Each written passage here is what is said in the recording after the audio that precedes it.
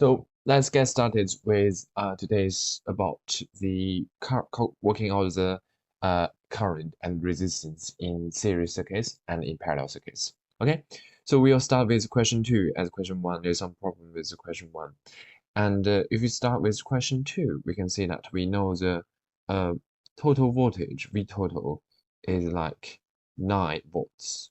Okay, and this is voltage would supply to every single component within one complete loop.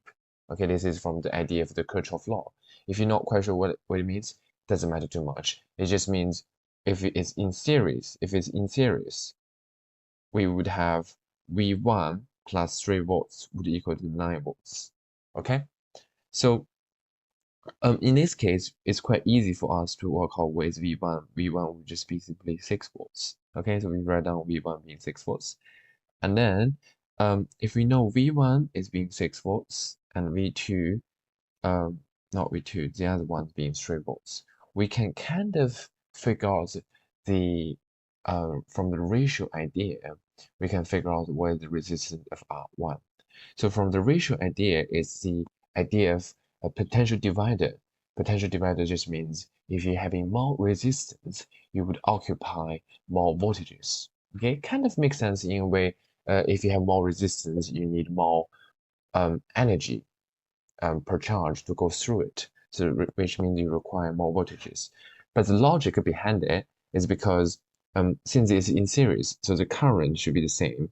The current, if we calculate the current for this one particular one, we have V. So we have V equals IR, so that I is equal to V over R.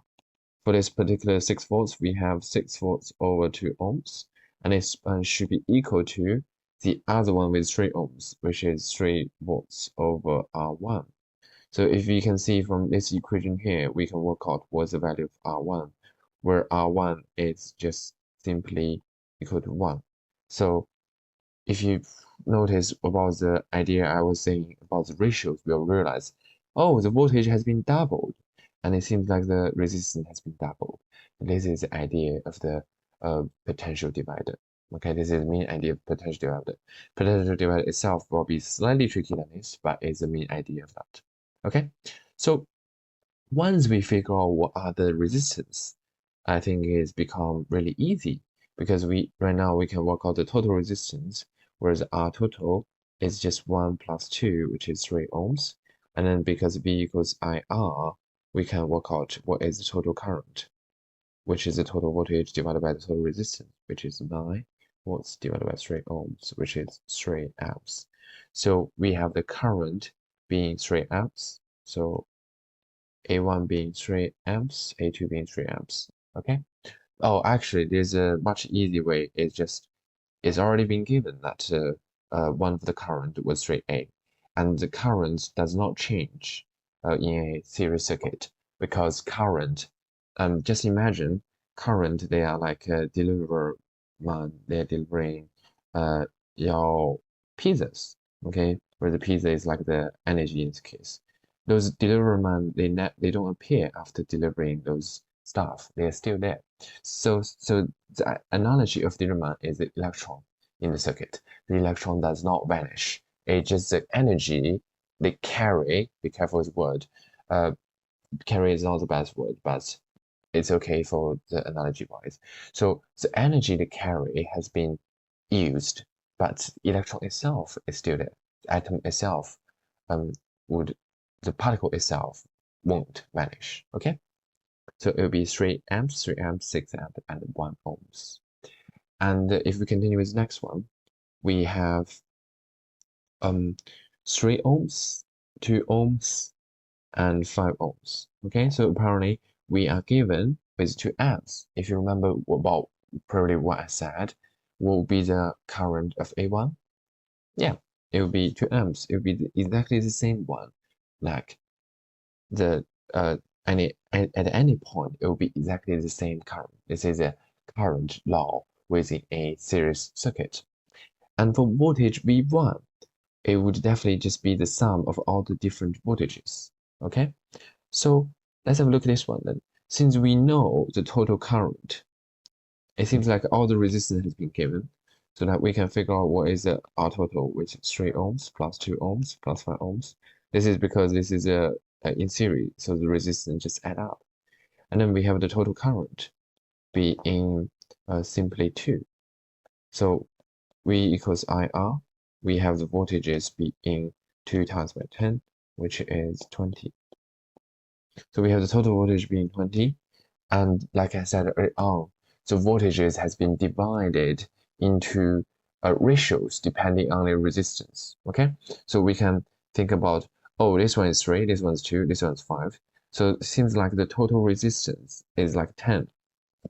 Okay, so you think about the total resistance, total amount of resistance being 10. That means the one with 3 ohms occupy 10 over 3 ratio of the total of the resistance.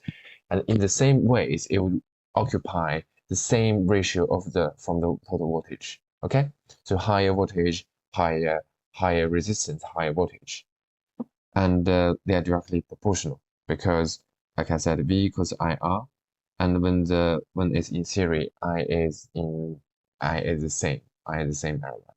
Okay, so we would have V over R is equal to I, which is the constant terms.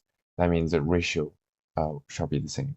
So if we use 3 over 10 times by total current, which is 20, we would get 6 watts for V4 for this one, for the first one.